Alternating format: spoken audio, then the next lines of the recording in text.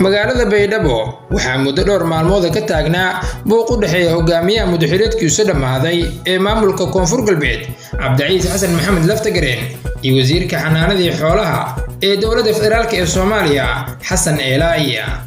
Labadan nin ayaa xiisadoodu bilaabatay kadib markii ciidanka Laftagareen ay hor istaageen martida Xasan Eelaay oo markaas deganaa guri ku yaala gudaha madaxtooyada Koonfur Galbeed. Xasan Eelaay ayaa markaa kadib ka guuray gudaha madaxtooyada Koonfur Galbeed wuxuuna degay guri banaanka ku yaala kadibna Laftagareen iyo kooxdiisa ayaa markale isku dayay inay ciidan dul dhigaan wasiir Xasan Eelaay laakiin uma suurtoobin maadaama uu Xasan Eelaay ku jiro siyaasiyiinta aad ku hubeysan ee Koonfur Galbeed. Laftagareen ayaa kadib soo joodiyay inuu Xasan Eelaay ka tagay magaalada Baydhabo laakiin wasiirka waa uu diiday maadaama uu magaalada uu deegaan ku yahay.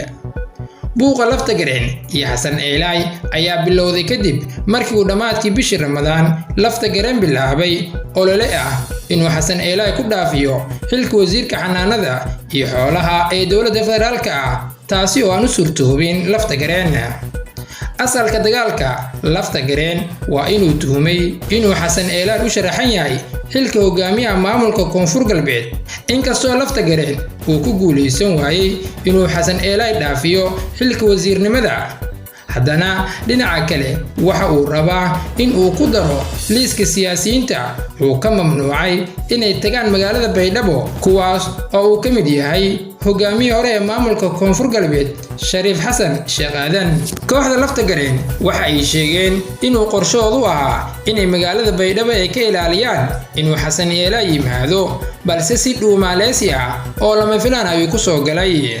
labada nin ee Laftagareen iyo Xasan Eelaay hadda waxay ka wada tirsan yihiin xisbiga cusub ee madaxweyne Xasan Sheekh Maxamuud ee cadaalad iyo wadajirka.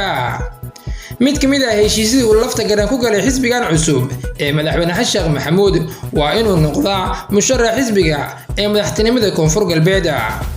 iyadoo ay sida ay tahay haddana weli waxaa ka muuqata Laftagareen kalsooni darro siyaasadeed wuxuuna eryanayaa cid walba oo damac ka leh Koonfur Galbeed. Xasan Eelaay hadda waa xubin ka tirsan xisbiga cusub ee madaxweyne Xasan Sheekh Maxamuud ee cadaalad iyo wadajirka. sidoo kale waa wasiir ka tirsan xukuumadda ra'iisul wasaare Xamse. in maanta uu weerar kala kulmo mid ka mid ah ku-xigeenada xisbiga ee cadaalad iyo wadajirka waxay degdeg u xaqiijisay inuusan xisbiga Xasan Sheekh Maxamuud haysanin dad isku mabda iyo isku uur siyaasadeed ah. Laftagareen wuxuu aqbalay burburintii golaha wadatashiga qaranka ku biiridda xisbiga Xasan Sheekh Maxamuud wareejintii awoodiisa siyaasadeed iyo bixinta madax bannaanada go'aamada. intaa kadib inuu maanta isla xukuumaddii uu duulaan ku yahay waxay la mid tahay nin aqligiisa iibsaday oo raba inuu calooshiisa dariiq u saxdo madaxda dowladda federaalka ee Soomaaliya. waxaa la gudboon inay arrintaani soo farageliyaan oo ay kala celiyaan labadan xubnood oo isku haysta magaalada Baydhabo. haddaba sidee u aragtaa adiga?